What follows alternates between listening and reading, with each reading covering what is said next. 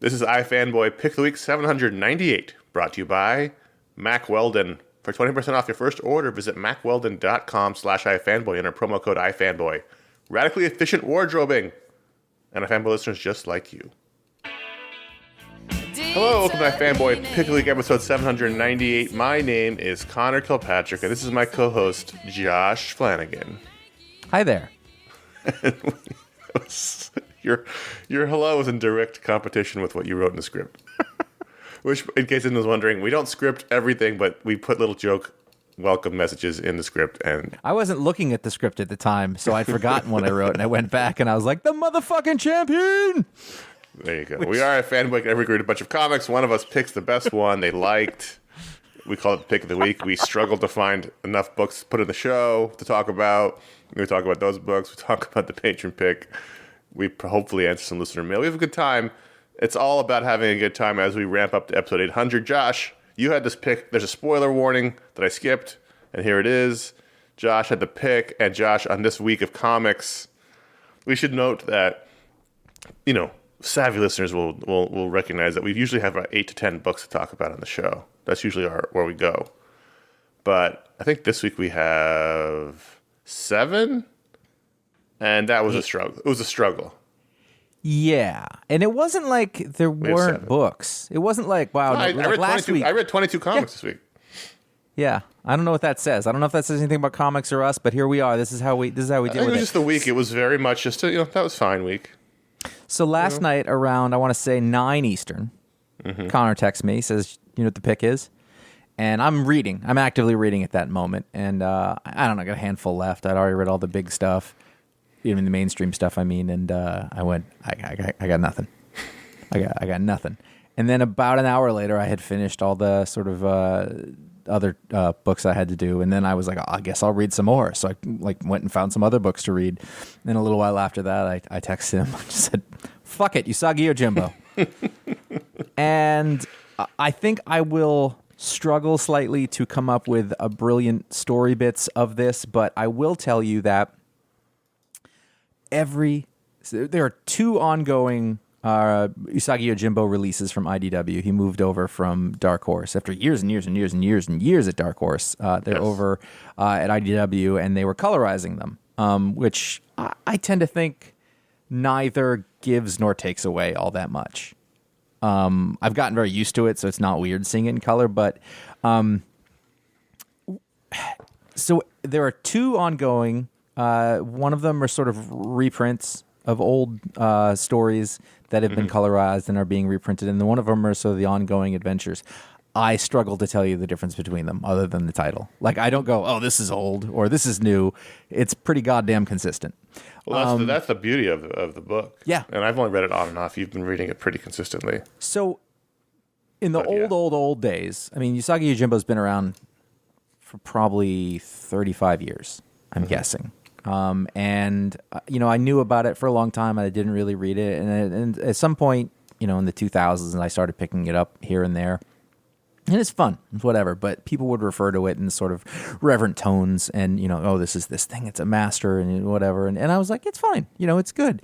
And then at some point, I think that us at iFanboy we all had some version of religious conversion when it came to comics, and it tends to coincide with our specific tastes and what's available. And one day with these comics that you saw, it clicked. I was like, I just love this.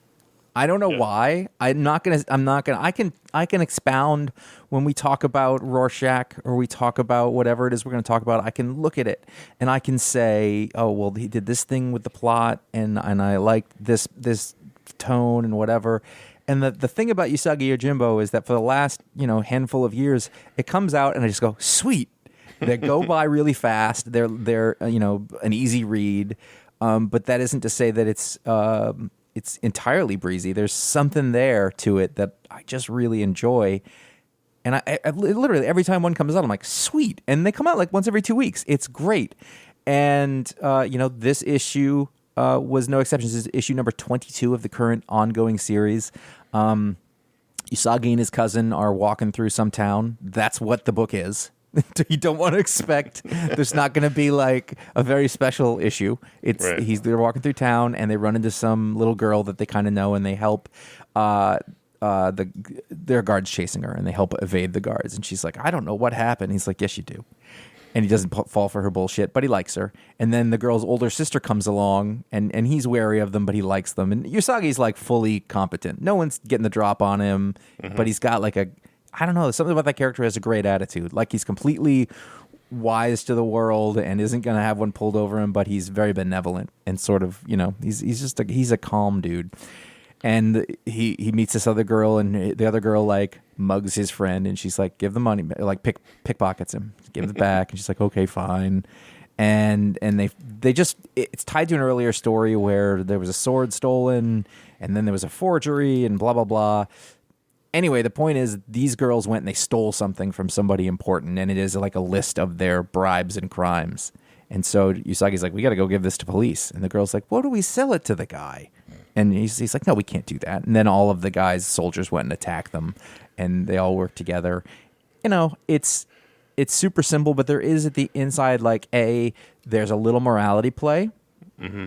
A lot of this samurai stuff, if you read it, and I'm sure we're getting super westernized versions of it, but it's always like there's right and there's wrong and there's good and there's evil. And Usagi sort of, because he's a ronin, he's a wandering samurai without a master. He's learned to live in the world a little bit and has flexible morality in terms of what's actually right versus what the rule is. Right. If that makes sense. And that has something to do with the whole thing.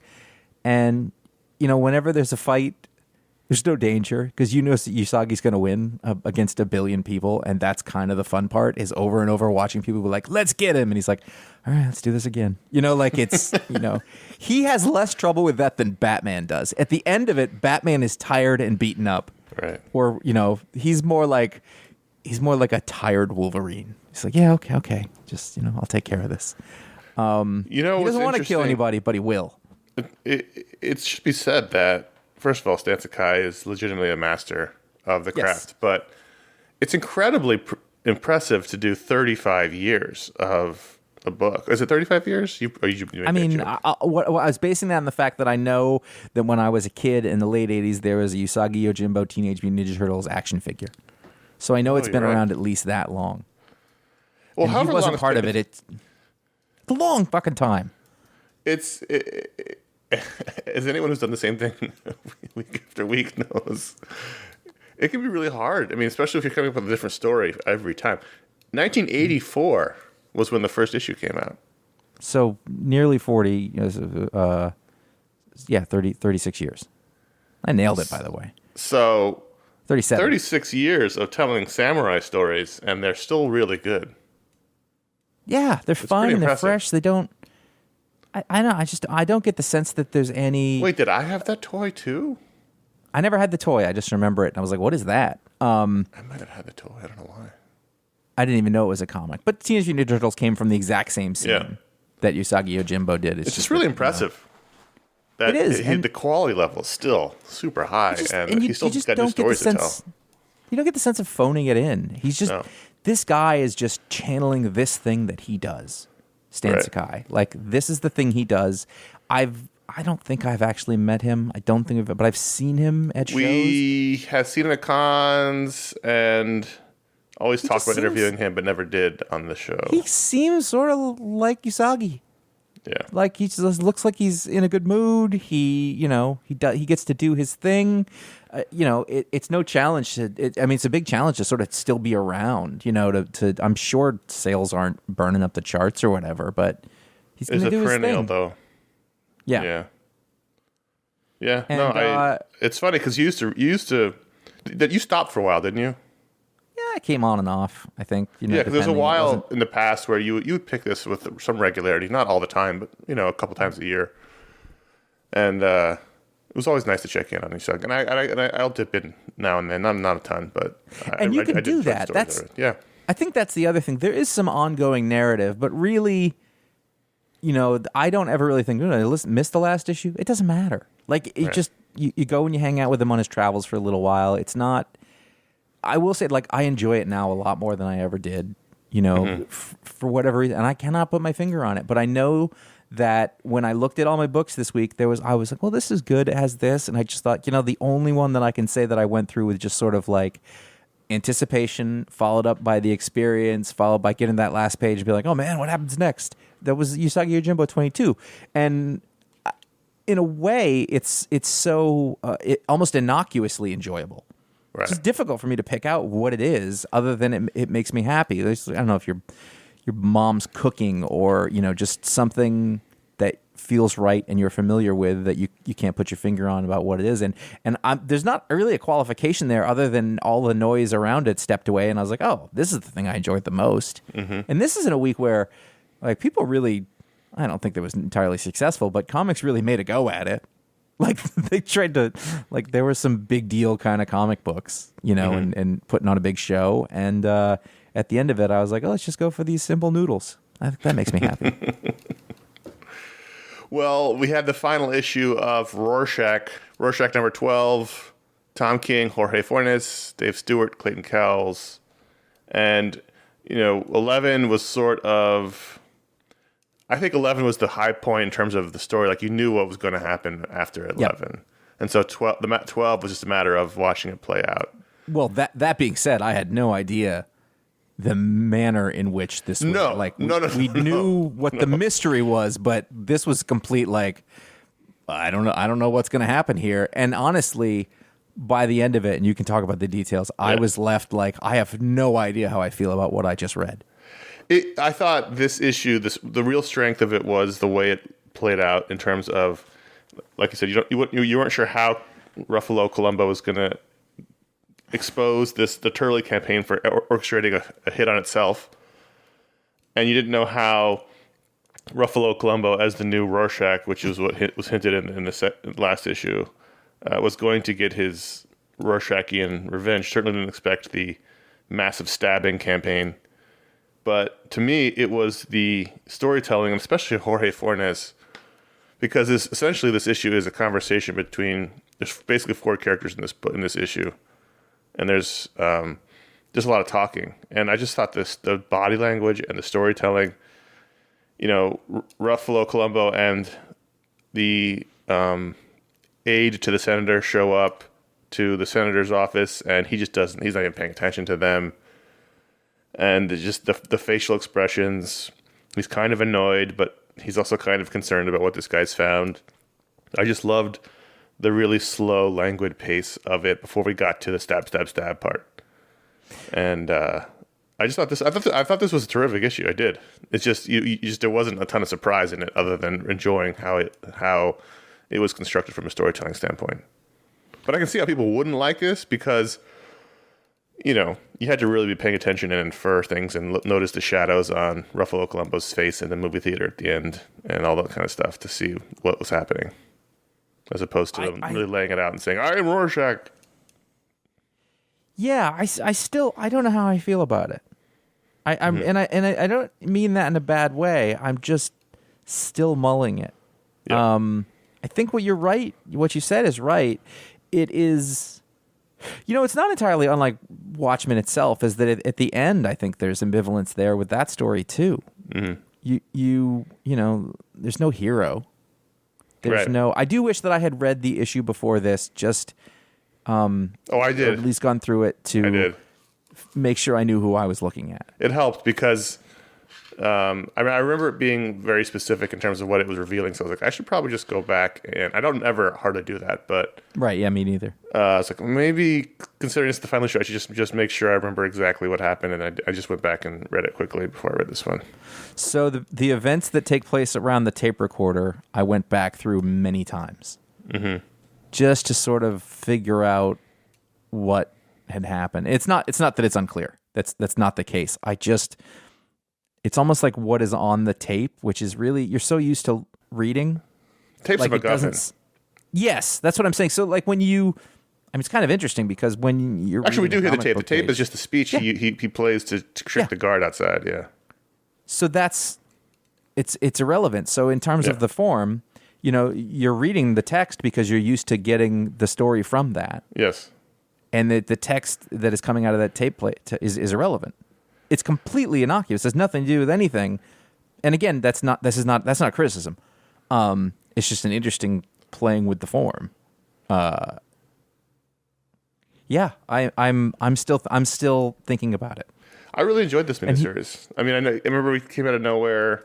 All of a sudden, it was like, wait, Tom King is doing a Watchmen miniseries, and then it's been Jorge are at the movies, so that's nice. It's been so strange, but really compelling. And I really would like. I don't often say this, but I really would like to read this all in one go and see, how much of it's laid out. But the ultimate story is that, this President Robert Redford has such a stranglehold on the electoral votes, especially those out of the new state of Vietnam, that the only chance his competitor thinks he has is to stage his own assassination and blame it on that Redford campaign. And so that's been the main driving force. That's what this guy uncovers. And so since he's become inoculated into Rorschach's worldview by the end of the story, he decides the only proper way to end this is to kill everyone involved instead of exposing them, which is what he does. It's weird. So, and then the idea would be that, like, Rorschachism, it's like a disease. Yeah, it infects people. And then the other thing is, Rorschach. Let's go back and like, it's a thing where you look at random patterns and you say what you think about it, and that says something about you. And I think that's a theme that's happening, is that people are looking at this pattern. Mm-hmm. They make their decision of it. It got Frank Miller. It got Steve Ditko. And now it got Ruffalo Columbo. Right. And violence was the answer to all of that stuff. Right. I think at the end, after the stabbing, Frank Miller should have, like, bust through the window and he's like, "Stab him, motherfucker!" That would have been the best way to go. I assume it's a stabbing. We don't see it. Is there a knife in that guy's neck? Oh, he stabs him with the beer bottle. That's what it was. Yes, that is the case. Yeah. It's Crash. He breaks the bottle and stab. Yeah. Slash, and then fink. Yeah.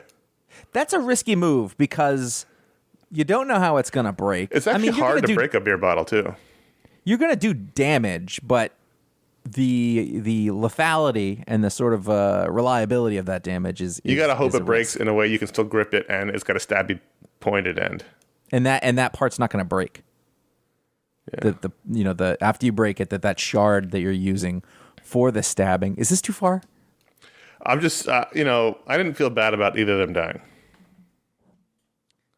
I just look back at the conversations, and it's just there's some terrific acting going on here. Mm-hmm. Yes. Right before the stabbing. You make a really good point. Ruffalo Columbo says, "My work around the tape shows that the confession is accurate," and Turley goes, "He's smoking, does it?" And then there's a silent panel where he's blowing the smoke out of his nose while he's looking at Ruffalo Columbo with the same expression. There's just terrific stuff like that through this whole issue. You're right. It's some of the best acting is a good way to put it. And it's doing subtext in a conversation between people in a comic book. Mm-hmm. And I don't think your standard, I don't think without thinking about it, how impressive that is. Yeah. You know how hard that is to do in a comic book where you don't have movement of eyes and movement of body language and things like that? And they did it. Yeah. That's amazing. Fornes I think is the really worst drawing in this book is Tom King and Jorge Fornes. Yeah, then it's not a great likeness of either one of them. Well, no. Jorge Fornes is pretty good. Tom King's not that great. It just stands out a lot. They put the light. They should have. I'm going to criticize Dave Stewart. I think they should have turned the light down on that. It looks like they got a spotlight right on him.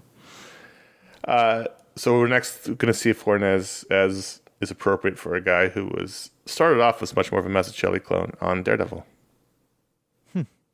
Well, I think he's certainly upped his chops since that point.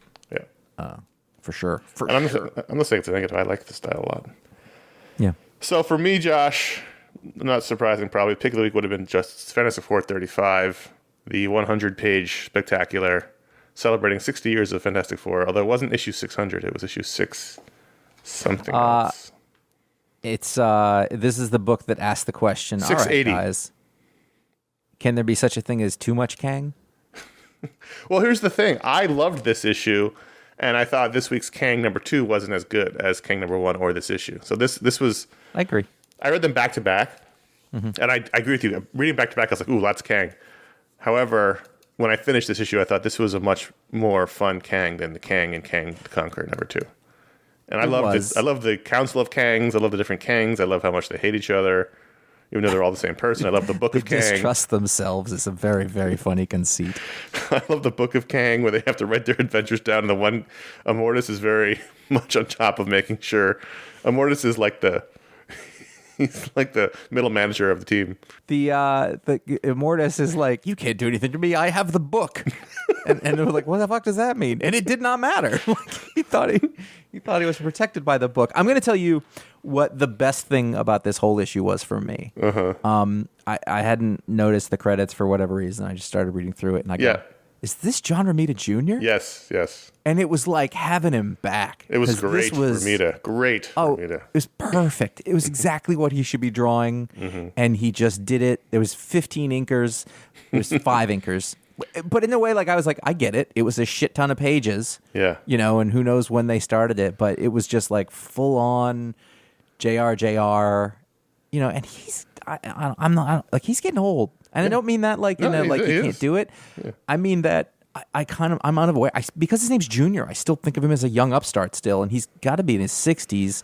And he works constantly, and I just like, I want him to work forever. Is my point. Like, oh, I was so thrilled. The first, I mean, like you, I don't think his name was on the cover, or I didn't even look at it. No, his name's not on the cover. So, the first page, because we've been reading this the whole time. It's been these other great artists, and I was like, this is not those guys. What's going on? And I went, wait a minute, it's Romita, and it looks awesome. So the story of this issue is that the Fantastic Four return from their latest adventure. And there's this mysterious device. They discover this mysterious device in their headquarters. It's invisible, and it's got time energy on it. And we cut to Never Space, the place where broken timelines go to die, which is the Kang headquarters. And we have the Council of Kangs. We have Kang. We have Immortus. We have Ramatut. No, the other one, that was from the other issue.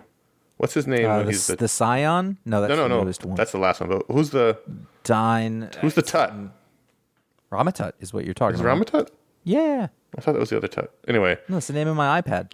We have 3, and then we have Red, Scarlet Centurion. So these are the 4... That's the one I couldn't, yeah. The 4 Kang identities. They're all around their table being Kang to each other. And then you can only enter the headquarters if you are of Kang lineage or Kang blood or whatever. And so another body enters, and he called me Scion. They're like, who the fuck are you? He's like, I am you in the future. So I was like, awesome, a new Kang. And so they're all, talking about Kanginess. And they decide they have to go retrieve. It's a broadcast energy transmitter situation. They have there's 4 pieces of this time object, and they've been sent all over the time stream to the Fantastic Four in different parts of time. And so they decide they're all going to go pick up a piece, and they're going to kill the Fantastic Four in each scenario. And so then they're going to come back and then recount their adventures, so Immortus can write it down in the Great Book. And so each story is a different time for the Fantastic Four. So the first one's in the 60s, then there's one in the 90s, and then there's one in the 2000s, and then one in the present day. So we get a fun little jaunt through Fantastic Four history. We get to see, some shitty 90s costumes, and we get to see the Freedom Foundation era of Hickman, and we get to go back to the 60s, and then in each one, the Kangs supposedly murder the Fantastic Four and to tell their story. Then we find out at the end it's not actually true, and that Scion is actually Reed Richards, because Reed is the ancestor of Kang. I don't believe that was canon. Yeah, but it definitely is now. Nah, I mean, according to what I'd read before, and I had. Well, it's always been implied, right? Exactly. And now we're outright saying Reed is an ancestor of Kang. Because genetically he was able to get into the thing, so that's why. One thing I noticed in both Kang books that I'm not thrilled about, but I cannot complain about, is they've started using the word variant. And the TVA is in this issue. Yeah. Was the TVA a thing that existed? I have no idea, previously? But now they're full on. Yep.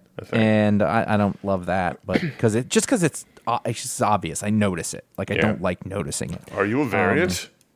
Yeah, I was like, oh, we're doing that. What if you were a variant? Mm-hmm. So I like this because then we got like a little time displaced team up of one member from each team, so from each era teams up. So you got like 60s Sue and 90s Ben Grimm, who's got the helmet on because Wolverine fucked up his face and it didn't grow back. And I just thought this was a fun history book. The art was terrific. I thought this was great. Kang. My favorite Kang is still Kang. Sure. He's the most militant and militarized of the Kangs. He's the most super villainy.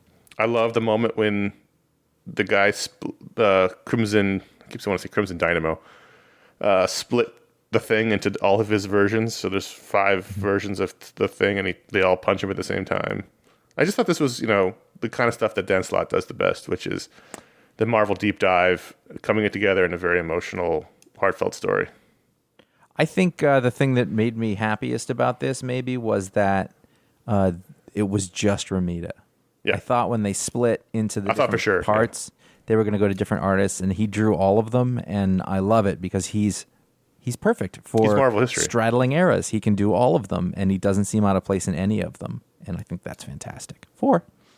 Yeah, he is.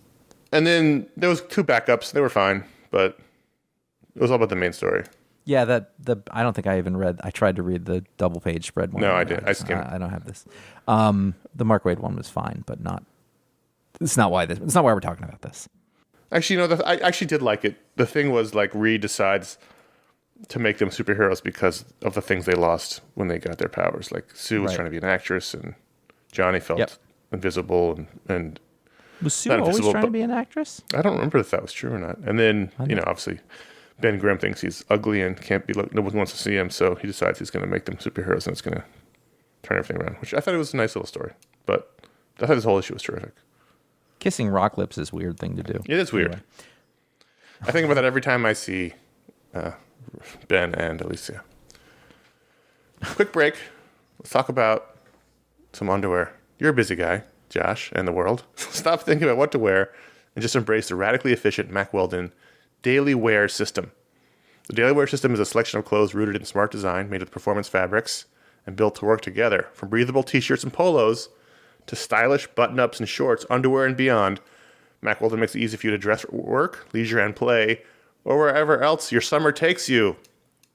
So, Josh, you talked before about how you like to dress appropriately for appropriate situations. You like clothes that are specific to actions and events and times. What's your summer Mack Weldon situation now that we're heading into summer? I mean, summer Mack Weldon situation is you're going to go with depending on the day. If it's real warm out, if you're going to be doing stuff, I'm going to go with the Air Knit or the newer Air Knit HD. The 18-hour, the just sort of gold standard one, that's kind of good always. Right. Like it's kind of, that's your all-rounder. I got a couple of silvers that are hanging in, been around for a while. But you're a guy who likes to go hiking, do a lot of outdoor activities, and so you've got your Mack Weldon gear for that. Yeah, I mean, if it's gonna be a warm day, you definitely got to go with the Air Knit because you don't even notice those things, but they stay where they are. You can go with I find the A sweatpant to be a little warm in that situation for me.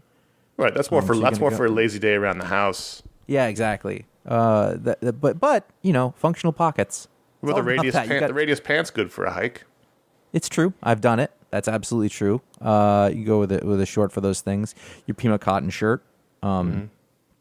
Never a bad choice for that kind of thing. It's light. It doesn't get stinky. It wicks the moisture. It's all about moisture wicking. When I was a kid, no one talked about moisture wicking. That wasn't a thing that existed. We were walking around not even knowing that moisture wicking was a thing, like savages.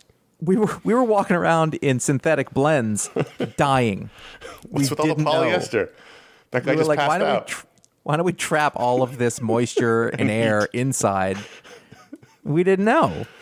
So and then at the other side, we were walking around going, I think cotton's the best thing for this, and it wasn't. I'm going to tell you a quick story, and this is not in the script. This actually happened.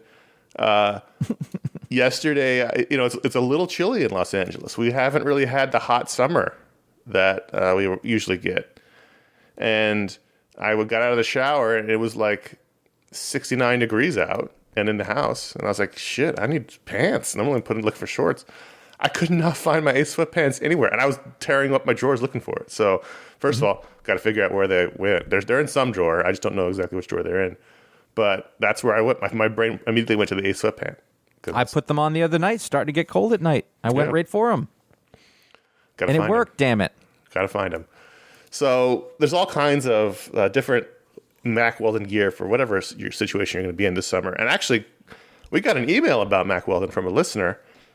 Brian wrote in and says, I've been thinking about this for 3 weeks since I moved from San Francisco, where I could wear pretty much any kind of underwear all year round, to New York, where it's been hot, humid, and thunderstorms all the time. Without sharing too much with Mack Weldon, which Mack Weldon styles are best for heat and humidity? Something that won't bunch up. I think I kind of answered. I think the deal is you want to look at the AirKnit. Mm-hmm. I tend to prefer the regular AirKnit over the AirKnit HD in that sense. But then you've got the 18 hours. Those are the best at not bunching up. The 18 hours, like, they're not moving on you. I've got pairs that are years old and they are still doing the thing that they're supposed to. Right. They're not necessarily as good at the heat and moisture transference, but quality stuff. Sure. They don't pill. They don't get. You're good with either of those. It's going to come down to a matter of personal preference. The AirKnit are a little not looser, but they're lighter feeling. Right. I don't think they bunch though. I think you're good with either of those. You should check that out. Check the AirKnit for sure. That's in those awful New York summers, you're going to want something. I mean, I know that people don't think about New York City as this, but a humid New York day is the worst. It's the worst. That heat just lives in between the buildings, and you there's no escaping anywhere. That's the worst time in New York. The 1 month or so where it's just unbearably hot, and you're going to want clothes that are breathable. It's no different than Houston. It is as bad. So that's why Mack Weldon's going to help you out with breathable clothing that will still look stylish no matter what you're doing in New York. So buy some time this summer with Mack Weldon's daily wear system. For 20% off your first order, visit MackWeldon.com/iFanboy. Enter promo code iFanboy. That's MackWeldon.com/iFanboy. Promo code iFanboy for 20% off. Mack Weldon, radically efficient wardrobing. I like the word wardrobing. I don't even know if that's a word, but I'm going to start using it anyway. Checking in on Spider-Woman 15. I know that you, this wasn't your cup of tea, but I read it. Did you? Yeah, I was like, I couldn't remember. I was like, am I off this? I don't remember what I chose. And I read it, and I was like, there were things I liked, but I just don't care about this family storyline, and I just want it to be over. There's that nonstop Spider-Man thing. This is like that. It's just constantly moving, and there's a different, whenever her kid's in danger, she goes nuts and goes, and you see she's so tough, and she's got to sort of hold back her anger, and her rage about things, and she's got people around her to be like, it's cool. We're going to be okay. And it's important to have that character. But what it isn't, it's not all about crazy mother lady. It's not that, because that could get old really quick. And I think that it fits in pretty well. But I just like that it's sprawling and it keeps going. And there's one thing, story that goes through it, and we keep exploring a history. And it isn't one of those things where some characters do not need to have their history explored.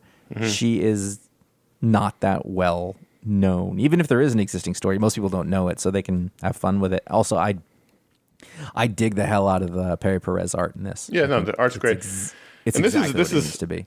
Actually issue 110, which is super impressive for this book, but I'm not it's a legacy, obviously going back to the 70s, but still. I might just have you let me know when there's a new story. If there ever is. It may just be that we just keep mining her family forever and ever. This is a new chapter in this same story, but it's still the same story. One that was. Yeah. Yes. I just would like something else to happen. That's fair. I like how they just completely disregarded her new costume after about 2 issues. Yeah. Well, that was on purpose too. I know, but they made such a big deal of it. But that's what they do. This is the cosplay appropriate costume, and that's gone. Mm-hmm. Second Coming, Only Begotten Son number 5. Mark Russell, Richard Pace, and Leonard Kirk.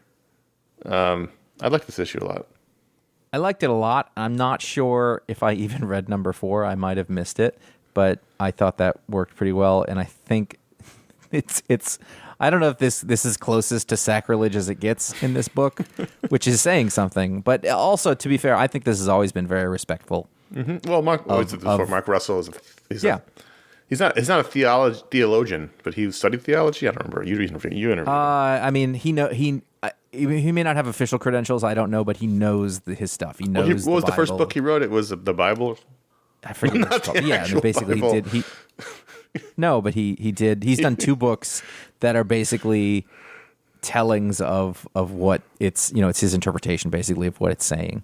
Right. And the thing that I liked in this is that. Some shit went down, and Jesus is like, I gotta go home. I gotta see my dad. And he goes to heaven, and you see like this, and he joins like a group of people on their way up to heaven.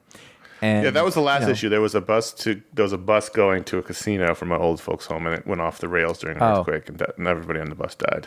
Okay, I definitely missed that. So we missed we met all these characters and got to know them a little bit before they went to heaven in this issue. So they get up there, and heaven's just kind of a. You got to put these people here. It's not. It's kind not of like a suburb. It's kind of like it's not like the great paradise afterlife, but it's a nice place to be. Yeah, you get a nice little 2-bedroom.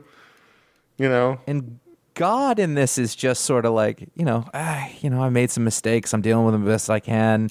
But my favorite thing in this whole book is there is a man who's lived his life completely piously. Yeah. He's done everything that he was supposed to do, probably a very hardcore interpretation of the Bible, and he shunned others and did whatever. And he's looking around kind of sad as other people are reuniting with their family. And God says, "Look at this sad tub of shit." And the guy's like, "I did everything right. This isn't paradise." And he's like, "Oh, we got you a nice 2-bedroom apartment." He's like, "You're kidding me. All this for this?" And he's like, "Yeah, you probably should have lived a little more." Yeah, everyone else is here.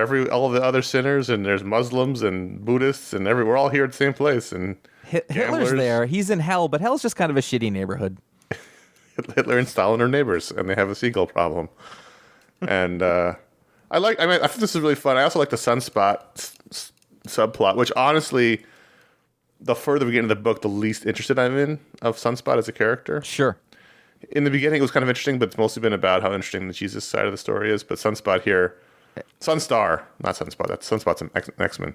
Sunstar, who knows, decides to have an office, a storefront, where he can take people's suggestions, because when he helped rebuild the city, he got really popular. So he figured, hey, maybe I can do stuff people actually want me to do instead of just fighting crime. And so he discovered that something that was so well shown in Parks and Recreation, which is when you start pulling the crowd, you get really crackpot ideas and terrible ideas. And so he decides this was a really bad idea to pull the crowd. Until the one guy says, you should just leave, because one day you're going to decide we're not worth it and you're going to kill us all.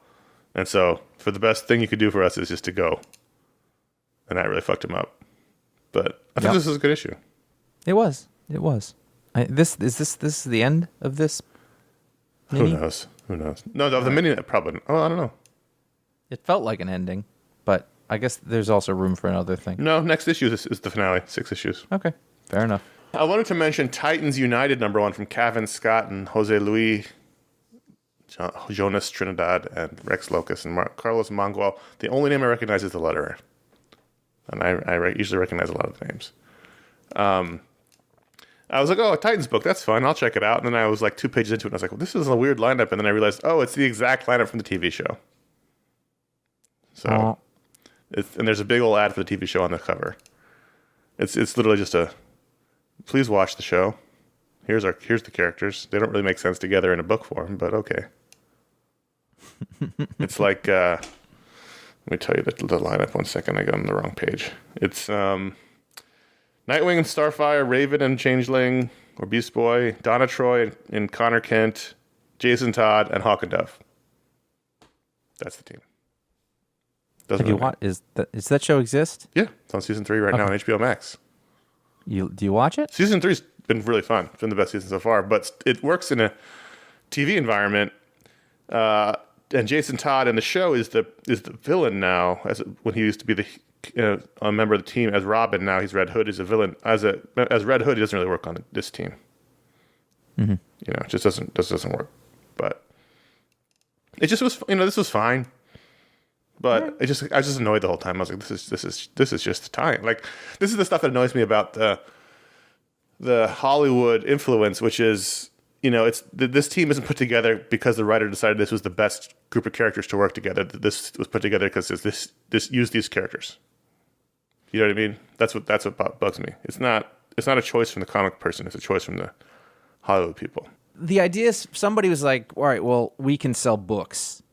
And I guess that they're trying to sell comics to the people who like the show and don't buy comics, or at least sell extra.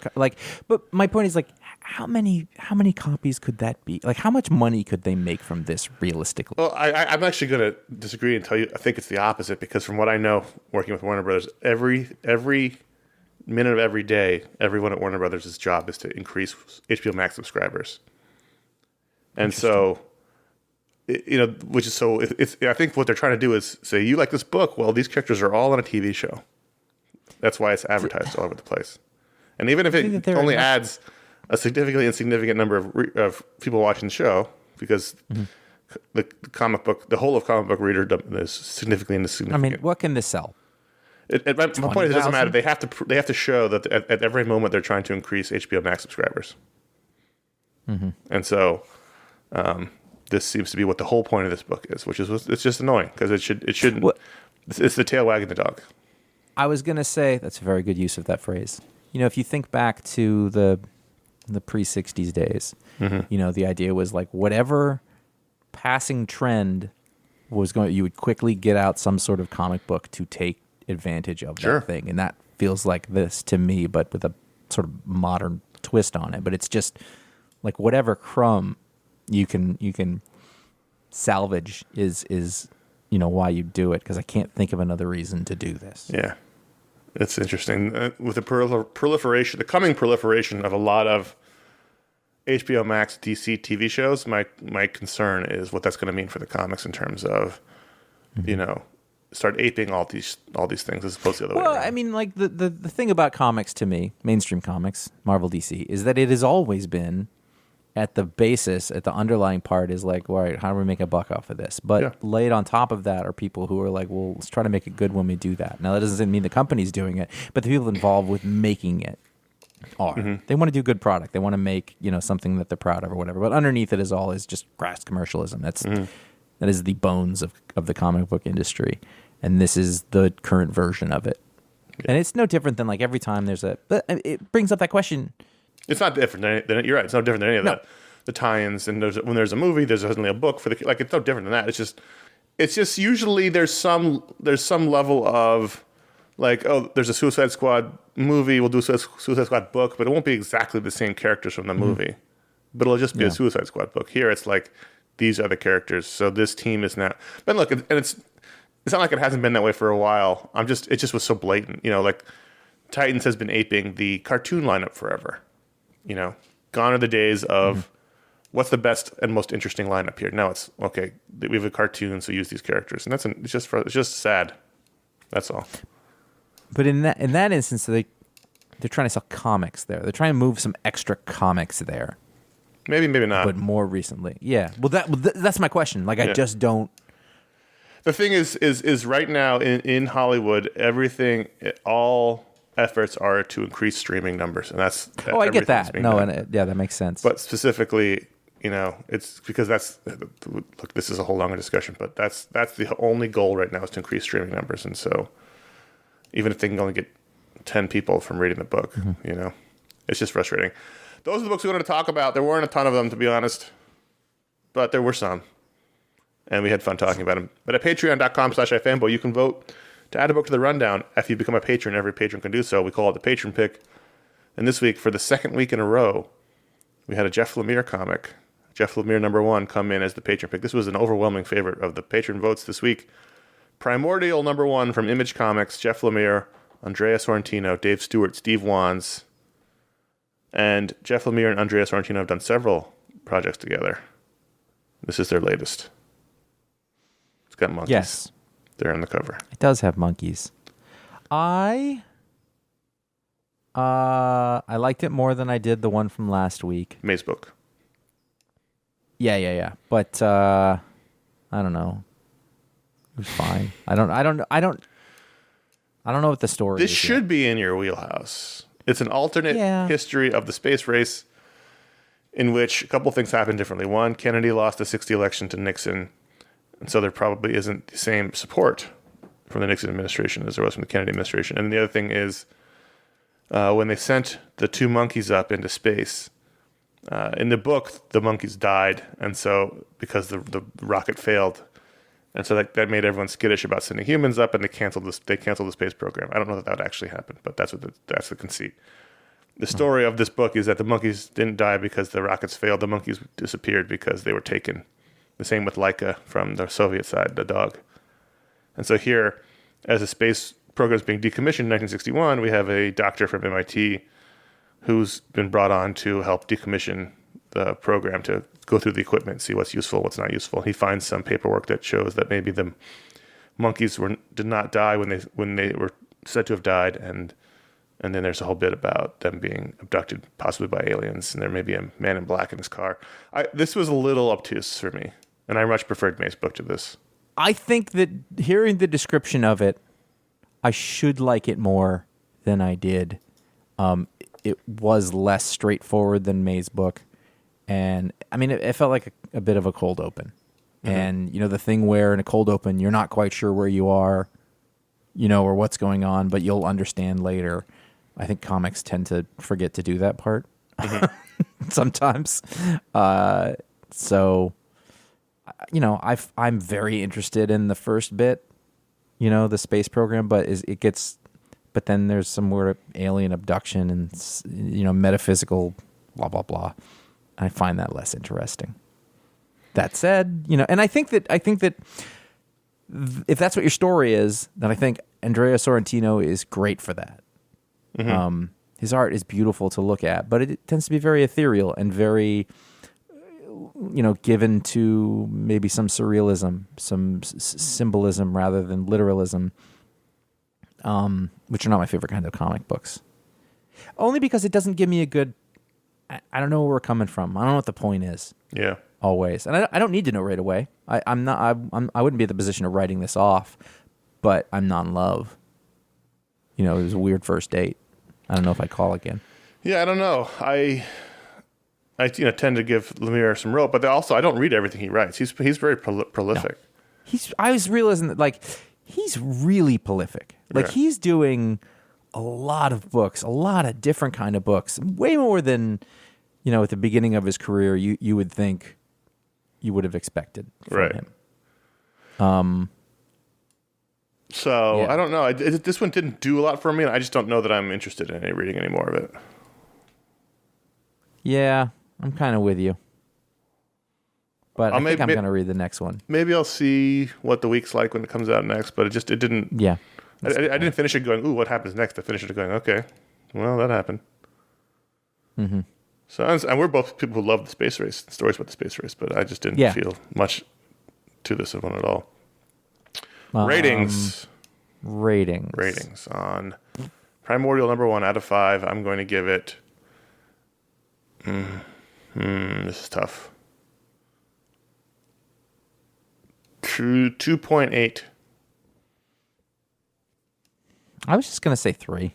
I don't think it's a bad comic book. No, I just don't know if it's what I want. Yeah.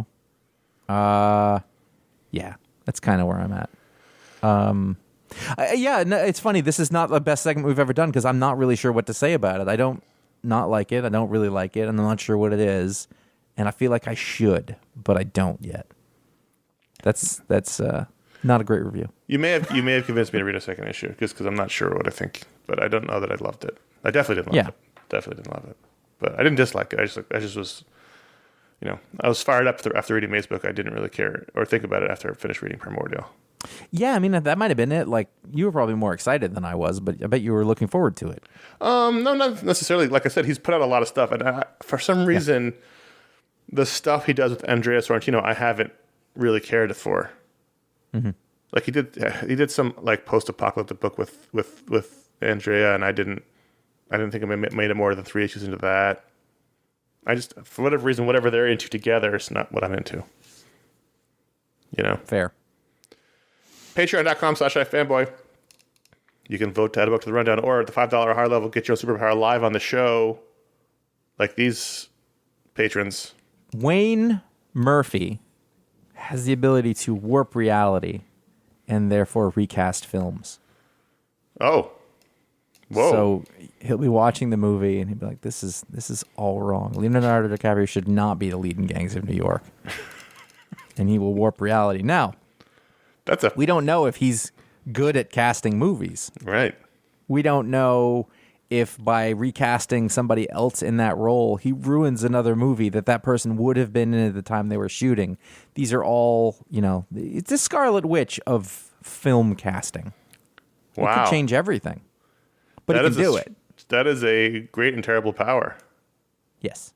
Yeah. I mean, like, you don't even know, like, you're watching, some classic film. You're watching The Godfather, and you say, you got to get so-and-so out of that role. He decides he hates James Caan as Sonny. And he moves it, and the person he puts in there, doesn't matter, is fantastic. But by doing so, he erases, swaths of film that come after it. Interesting. You just because that's a whole domino effect. Sure. It's a butterfly effect. But it might be nothing. It might be somebody was off at that time. It's I don't know. It's becoming more than I initially envisaged when I started talking. Quite a power you hold in your hands. But yes, yeah. Be careful. It's a little like Black Bolt. Really don't want to use it. Yeah, only when necessary. You can do it more recently. You can be like, Zac Efron shouldn't have been in that. George Crawford. Is that still a thing? Zac Efron, yeah. George Crawford. If George is using a pen or a pencil, it never runs out of ink or shrinks. So his pencil never dies. It always stays. Does it dull? No, it never. It stays sharp and it always stays at the same length. And the pen never runs out of ink while he's using it. So he's only got the two. Yeah, his basic writing implements never. He never has to buy more writing implements. Do you find that if something doesn't wear out, you still kind of want a new version of it or an updated thing? And no. It's annoying that it doesn't wear out? No. That's a me thing. Like, I'll buy give an clothes and be example. like, I want different clothes, but these are all still perfectly fine, so I don't really have an example for it. So I don't have a reason for it. Justification for a younger, poorer Josh would have been, I just, these are all worn out, so I get to get some new clothes. Now that just doesn't really happen the same way it used to. Interesting. When you were a kid, it was new school stuff, every year, and you would outgrow things, so you had to. When you're older, you just get stuck with the same stuff forever.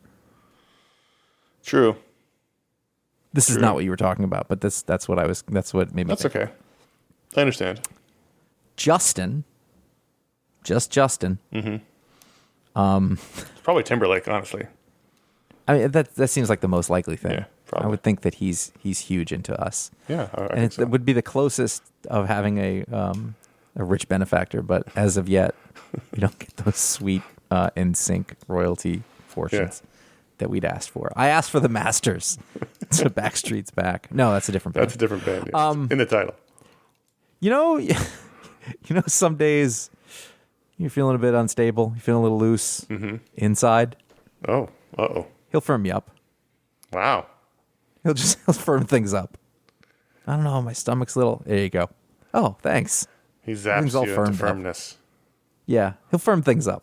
That's what I'm saying. I just want to point out, by the way, I wrote this one several weeks ago, and I am not currently feeling it. Well, no, I think I'm good. You feel fine. I don't need a visit from Justin right now, but when I thought of it, I might have. Right. He'll firm me up. So, Ahron Reinhard, you remember in Star Wars when someone was... whatever it is. Someone was referred to as a laser brain? Yep. Ahron Reinhard has a laser brain. He can shoot lasers out of his brain. Now, the problem is holes. You know, he can't shoot him straight at his forehead because there's no hole there, but it come out of his nose, his ears, his mouth. That to me creates physics problems. Yeah, listen, there are physics problems, but Ahron's power subverts them. Because a laser is, if nothing else, a straight line.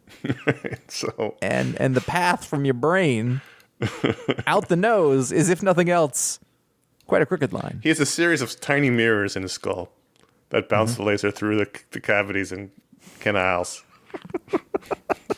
and allow him to therefore excite cats. Yeah, exactly. Is it just like a pen light laser? Like it's totally safe unless you shine it in somebody's eyes?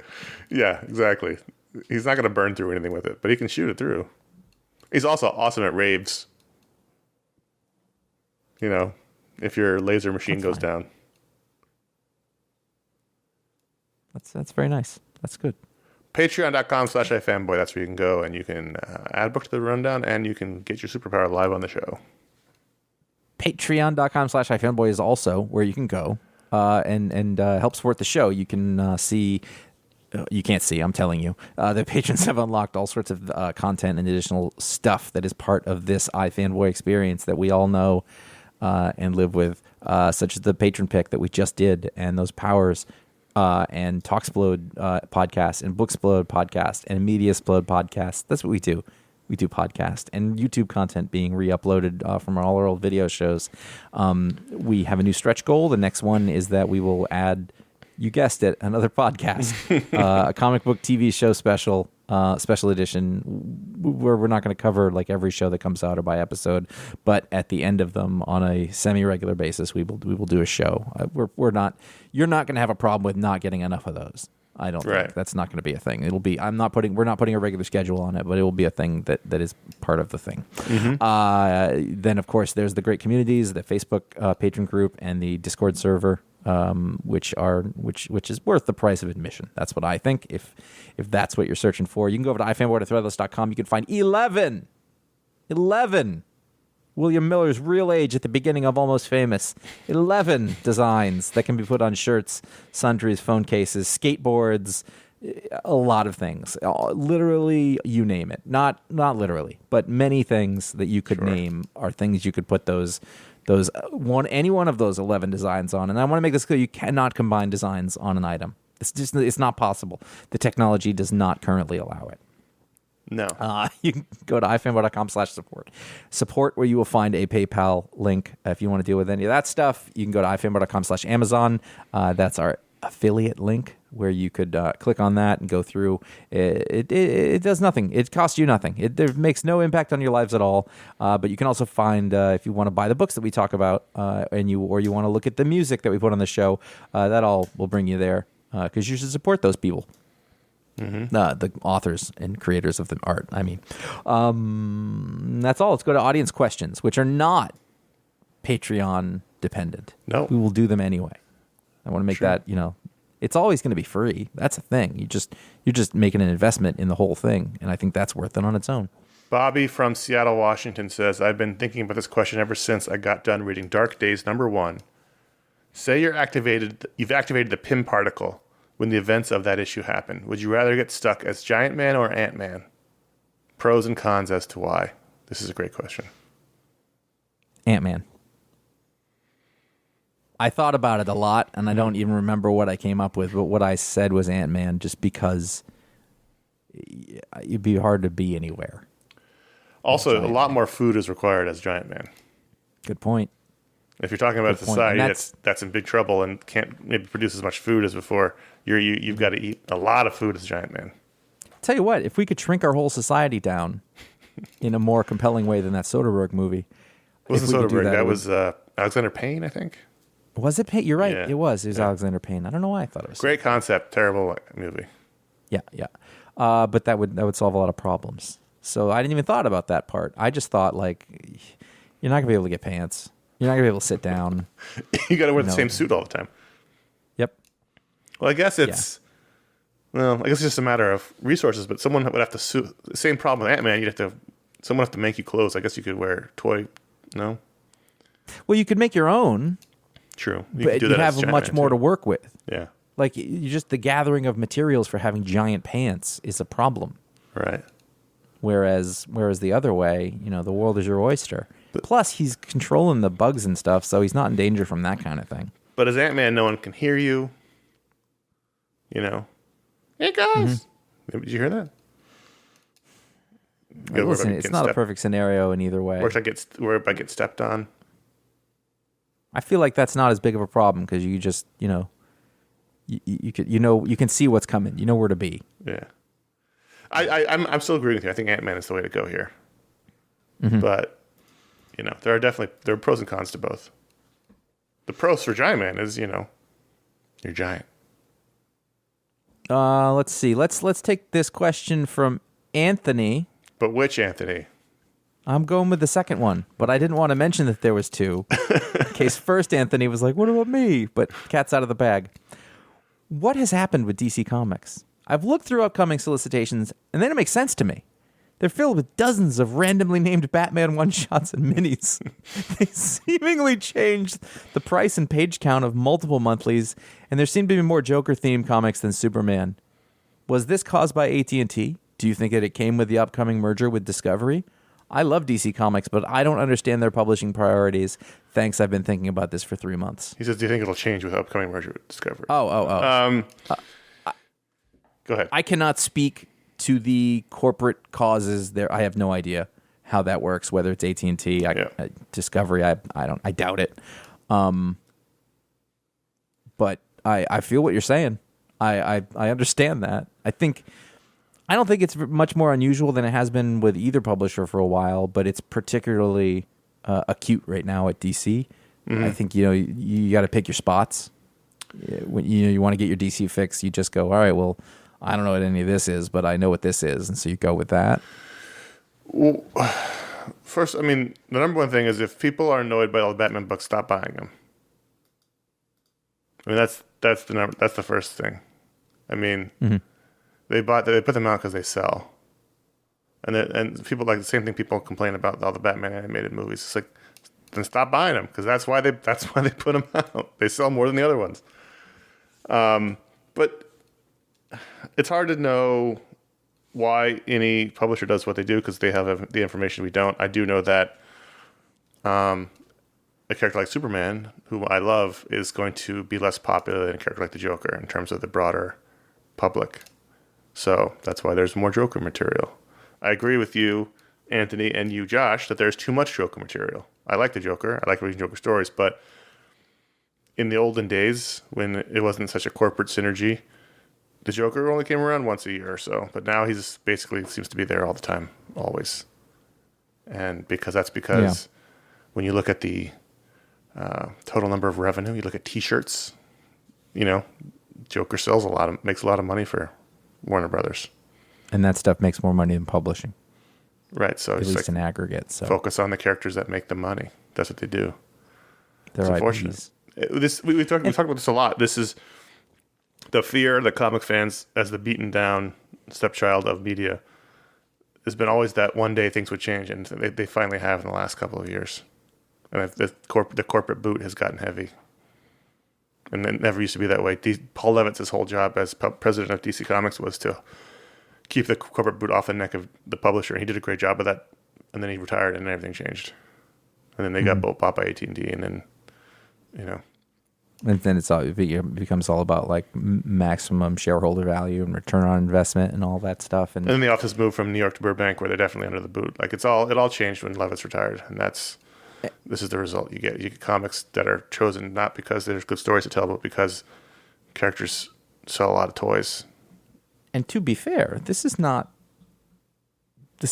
unlike the nature of the beast. This was always inherent in the thing, and it's the danger of sort of forming an artificial emotional entanglement with IP. Mm-hmm. IP ultimately corporations run them, not. But all right, so just don't think of them. I think the best way to go is to not think of them as characters that mean something to you, but you can think of existing stories as pieces of art that you connected with, and those haven't gone anywhere.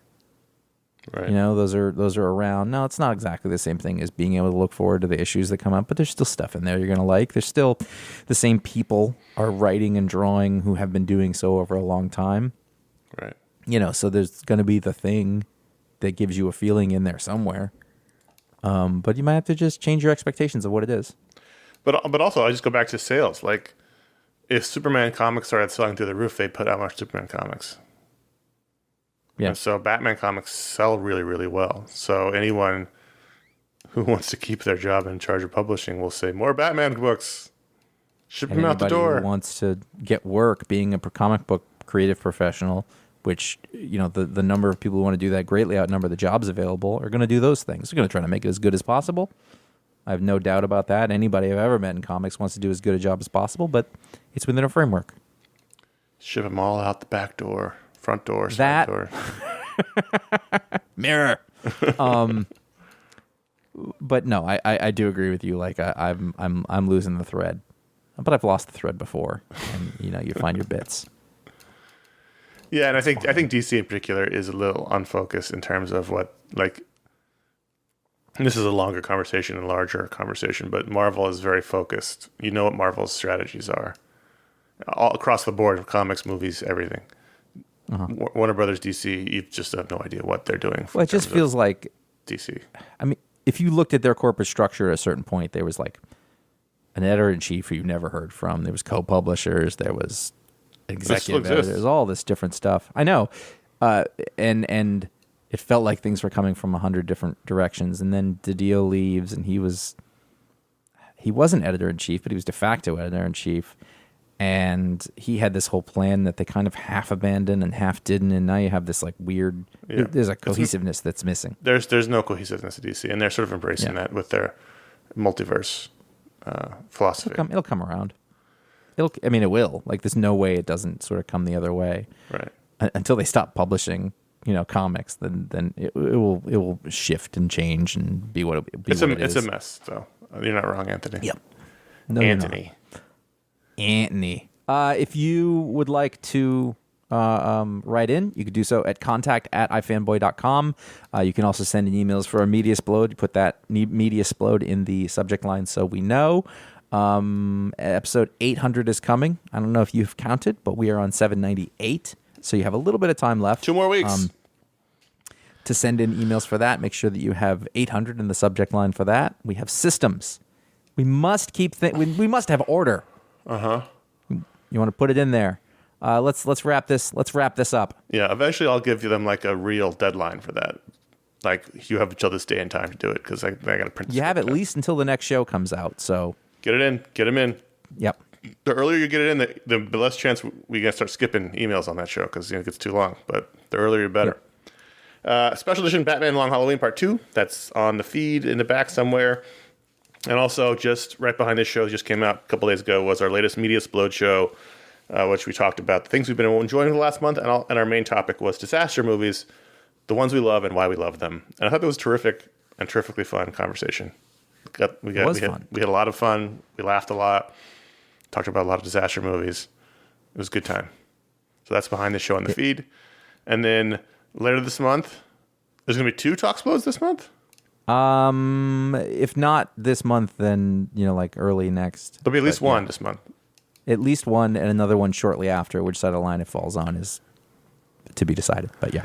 And as we talked about episode 800, it's going to be live streamed. If you want to watch us do it live, and the mess that will be, live stream October 1st at 6 p.m. Pacific, 9 p.m. Eastern. I talked to Dr. Ryan Haupt this past week. This is news to Josh.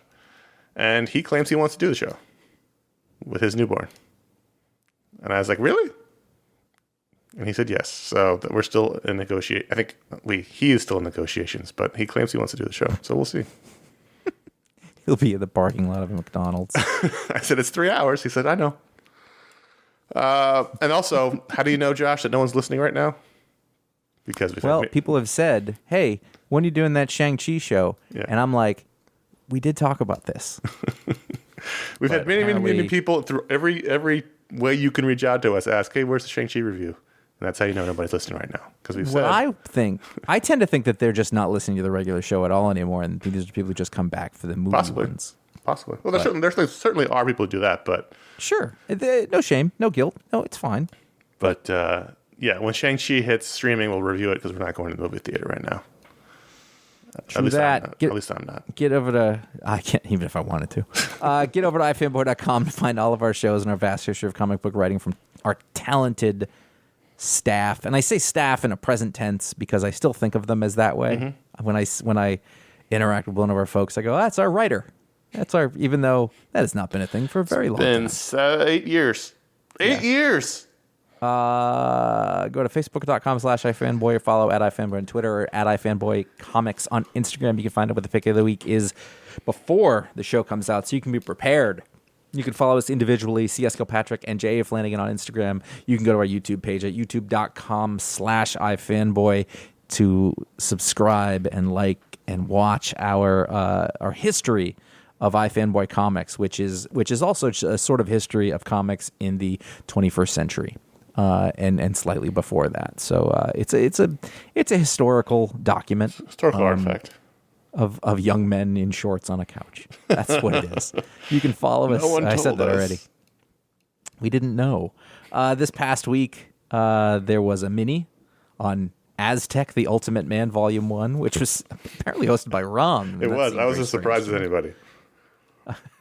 Did like Paul Grist do it? No, it was Howard Porter and Grant Morrison. That's just weird. It was a spin-off from the JLA book. Yeah, I know.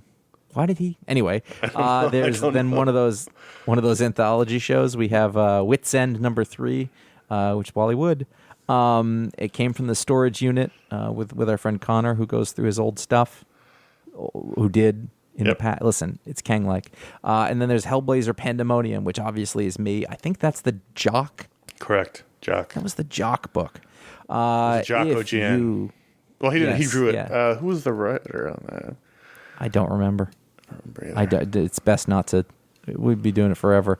And then there's also a show of DC versus Marvel, where I'm sure we sorted that out.